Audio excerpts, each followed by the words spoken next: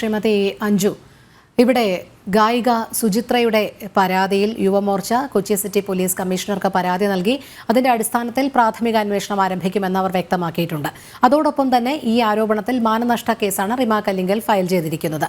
സമാന്തരമായ അന്വേഷണം നടക്കുമ്പോൾ തെളിവുകളുടെ അഭാവം ഉണ്ടാകുമെന്നുള്ള കാര്യത്തിൽ യാതൊരു സംശയവുമില്ല. കാരണം ഇതിൽ തെളിവുകൾ നൽകേണ്ടവർ, ഇതിനുള്ളിൽ ഉൾപ്പെട്ടവരൊന്നും തന്നെ ഒരുപക്ഷെ പുറത്തേക്ക് വരണമെന്ന് പോലുമില്ല. അത്രമാത്രം ഭയചകിതരായിരിക്കും അവർ. അതുകൊണ്ട് തന്നെ ഈ അന്വേഷണങ്ങളൊക്കെ വഴിമുട്ടി നിൽക്കുന്ന സാഹചര്യവും പിന്നീട് ഇതൊക്കെ മറഞ്ഞു പോകുന്ന സാഹചര്യം തന്നെയാകുമോ ഉണ്ടാകുക?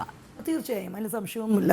കുറച്ച് നാൾ ഇതിങ്ങനെ നമ്മൾ ഈ ഒരു വാർത്ത ഇതൊക്കെ അന്തരീക്ഷത്തിൽ എത്രയോ നാളുകളായിട്ട് ഈ പേര് നമുക്കിപ്പോൾ സുചിത്ര പറഞ്ഞില്ലെങ്കിൽ കൂടി ഈ പേര് മട്ടാഞ്ചേരി മാഫിയ എന്നുള്ള കൃത്യമായിട്ടുള്ള ആ ഒരു ഇതും നമ്മളിത് എന്നൊക്കെയോ കേട്ടു തുടങ്ങിയ വസ്തുതകളൊക്കെയാണ്.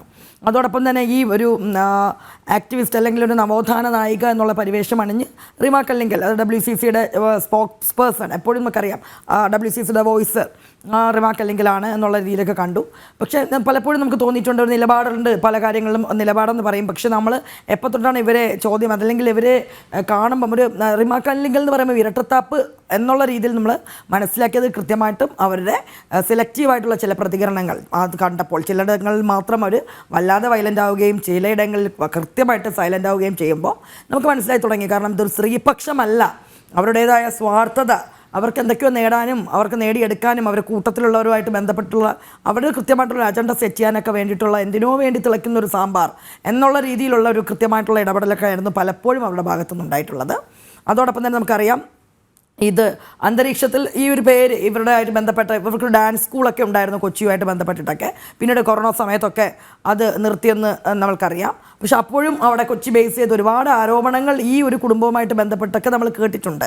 അതോടൊപ്പം തന്നെ കൊച്ചി ബേസ് ചെയ്തിട്ടുള്ള 5 സ്റ്റാർ ഹോട്ടലുകളിലെ DJ പാർട്ടീസ്, അതിൽ മോഡൽസ്, അതിൽ തന്നെയാണ് എടുത്തു പറയേണ്ട 2 മോഡൽസ് ആലോചിച്ച് നോക്കണം. ലഹരി മാഫിയയുമായിട്ട് ബന്ധപ്പെട്ടിട്ടൊക്കെ ഉണ്ടായിരുന്ന, അതിപ്പോൾ സിനിമ മേഖലയാണോന്ന് അറിയില്ല, പക്ഷേ മോഡലിംഗ് എന്ന് പറയുമ്പം മോഡലിംഗ്, DJ ഇതെല്ലാം ഇത് അവസാനം ആ ട്രാക്ക് പോകുന്നത് സിനിമാ മോഹങ്ങളുമായിട്ട് ബന്ധപ്പെട്ടിട്ടുള്ള ആൾക്കാർക്കാണ്. അപ്പോൾ അതിൽ തന്നെ 2 പെൺകുട്ടികൾ രാത്രി വണ്ടി നമുക്കറിയാം കൃത്യമായിട്ട് അപകടമുണ്ടായവർ മരിക്കുന്നു. ആ സമയത്തും പൊതുസമൂഹം ചർച്ച ചെയ്തതാണ്. അതെവിടെ എത്തി? പിന്നീട് നമ്മൾ അതാണ് നമ്മുടെ ഇത് കൃത്യമായിട്ട് എപ്പോഴെങ്കിലും ലഹരി എന്ന് പറയുമ്പോൾ നമ്മൾ ലഹരിയുമായിട്ട് ബന്ധപ്പെട്ട വൻ വിവാദമുള്ളപ്പോൾ 1-2 ദിവസത്തെ ചർച്ചകൾക്കപ്പുറം ഇത് മുന്നോട്ട് പോവില്ല. ചർച്ചകൾ പോലും ആയത് നോക്കൂ, ഇത്രയും വലിയൊരു വിവാദം വന്നിട്ട് എത്ര പത്രമാധ്യമങ്ങൾ അല്ലെങ്കിൽ എത്ര ചാനലുകൾ ചർച്ചയാക്കി. എനിക്ക് തോന്നുന്നു ഇതിൻ്റെ പേരിലൊരു സംവാദം വെച്ചത് തന്നെ ജനം TV ആണെന്ന് തോന്നുന്നുണ്ട്. മറ്റെല്ലാവരും നിശബ്ദമായിരുന്നു. അപ്പോൾ ഇത് തന്നെയല്ലേ എല്ലായിടത്തും സംഭവിച്ചുകൊണ്ടിരിക്കുക. അപ്പോൾ ലഹരി എന്ന് പറഞ്ഞാൽ ഇന്നും ഇന്നലെയും തുടങ്ങിയൊന്നുമല്ല. കൃത്യമായിട്ടൊരു 10-15 വർഷമായിട്ട് സിനിമാ മേഖലകളിൽ ലഹരിയുണ്ട്.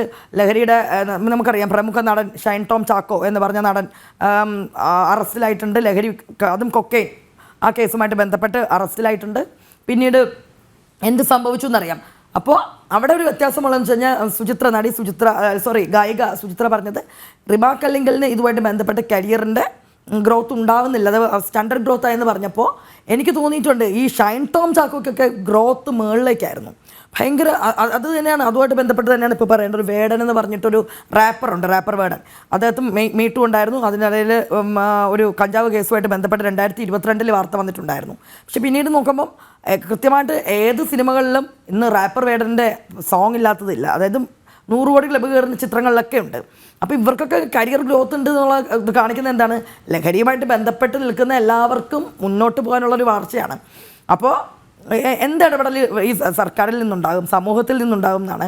2 പെൺകുട്ടികൾ മരിച്ചിട്ട് വരെ അതിനെക്കുറിച്ച് ചർച്ചയില്ലാത്തൊരു സമൂഹമാണ് നമ്മുടേതെന്ന് പറയുമ്പം കൃത്യമായിട്ട് രാഷ്ട്രീയ ധ്രുവീകരണം സംഭവിച്ചു പോയ ഒരു പ്രബുദ്ധ ജനത അലങ്കാരത്തിനുള്ളിൽ ഒളിപ്പിച്ച് വെച്ച, ശരിക്കും പറഞ്ഞാൽ ഒരു ബോധവും വകതിരിവും ഇല്ലാത്തൊരു ജനതയായിട്ട് നമ്മൾ മാറി. രാഷ്ട്രീയം മാത്രം അല്ലെങ്കിൽ ഇത്രയും സമൂഹത്തെ ഗ്രസിച്ചിരിക്കുന്ന, അല്ലെങ്കിൽ സിനിമാ മേഖല ആയിക്കോട്ടെ സമൂഹത്തെ ആയിക്കോട്ടെ ഗ്രസിച്ചിരിക്കുന്ന ഏറ്റവും വലിയൊരു വിഷയത്തെ അഡ്രസ്സ് ചെയ്യുമ്പോൾ പോലും അവിടെയും കൃത്യമായിട്ടുള്ള രാഷ്ട്രീയമാണ് വരുന്നത്, അല്ലേ?